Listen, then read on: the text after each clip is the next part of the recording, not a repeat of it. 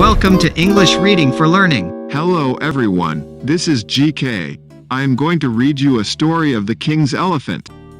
Just before that, please help to click like and subscribe my channel.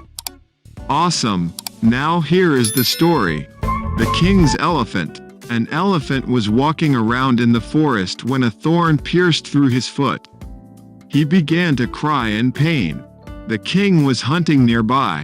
He heard the elephant's cry and came to help him. He removed the thorn and asked the elephant to live at his palace with him. The elephant agreed to the generous offer and went to the palace. Many years passed and the elephant became a part of the king's army.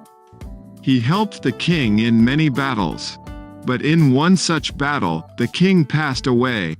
Taking advantage of the situation, the enemy king declared war. The queen said to the elephant, "Your master is dead, and my son is too young to fight. Please lead the army and save our kingdom."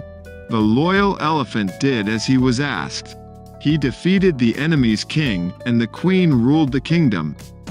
Thanks for watching and listening. Please click like and subscribe for new and latest uploads.